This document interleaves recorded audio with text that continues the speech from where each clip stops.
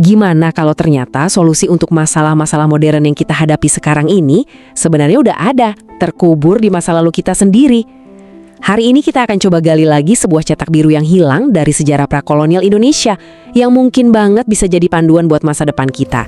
Nah, menurut filsuf Frantz Fanon, banyak negara-negara yang pernah dijajah termasuk Indonesia itu punya semacam penyakit bawaan dengan gejala-gejala yang sangat spesifik. Jadi, apa aja sih sebenarnya gejala-gejala itu? Oke, kita mulai dari bagian pertama ya. Kita akan coba mendiagnosis masalah yang paling mendasar di zaman modern ini, yaitu krisis identitas. Jadi, gejalanya tuh ada 3. Pertama, kita kayak kehilangan jati diri.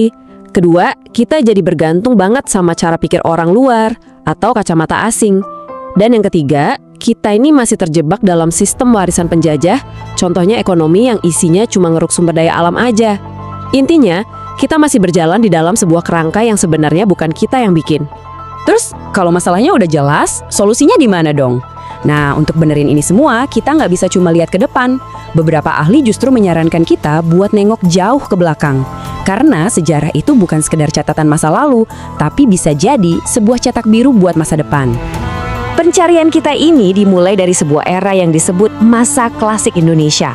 Sebuah zaman yang mungkin aja menyimpan kunci dari jawaban yang lagi kita cari-cari. Nah, ini nih yang menarik banget.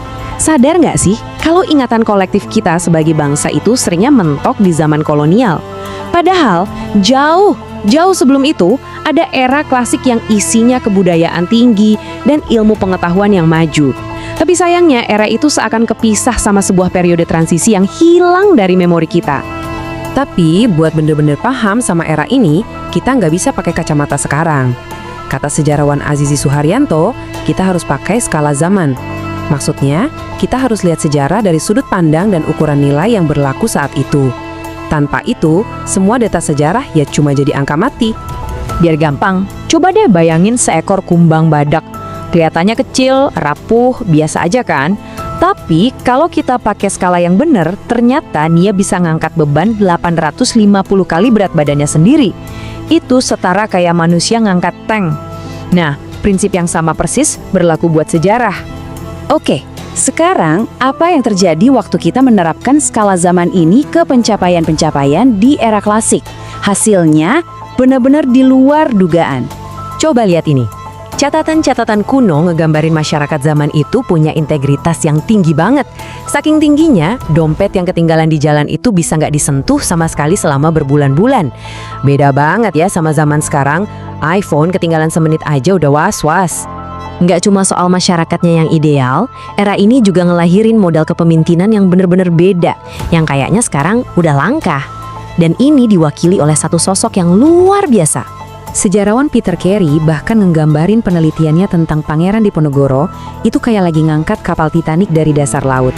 Tujuannya, supaya sosok Diponegoro bisa hidup lagi di tengah-tengah kita hari ini. Soalnya, Diponegoro ini bukan tipe pemimpin yang kita bayangin sekarang. Dia itu seorang spiritualis sekaligus pejuang. Dia jalan tanpa alas kaki di antara rakyatnya. Dia tangguh karena ditempa penderitaan. Dia bisa nulis karya sastra setebal 1150 halaman cuma dari ingatan. Hidupnya sederhana dan yang paling penting, dia sangat menyatu dengan alam. Nah, ini nih poin yang paling menohok. Kata Azizi Suharyanto, hari ini kita heboh banget kalau ada pejabat yang nggak korupsi, dianggapnya luar biasa. Justru itu nandain betapa parahnya situasi kita. Karena di era klasik, jujur dan nggak korupsi itu ya standar biasa, bukan sesuatu yang istimewa. Oke, sekarang gimana soal sistem politiknya? Wah, ini juga beda banget dari sistem hierarki kaku yang kita kenal sekarang. Coba kita lihat gimana strukturnya. Para ahli nyebut sistem ini mandala. Jadi ini bukan soal peta dengan garis-garis batas negara yang jelas dan kaku. Sama sekali bukan. Gampangnya bayangin kekuasaan itu bukan kayak peta, tapi lebih kayak cahaya lilin. Sinarnya bisa meluas, bisa juga meredup. Semua tergantung sama seberapa hebat dan berkarismanya sang pemimpin di pusatnya. Ini ngebuat sistemnya jadi meritokrasi murni. Pemimpin kayak Ratu Shima atau Rakai Kayuwangi itu dipilih karena kemampuannya.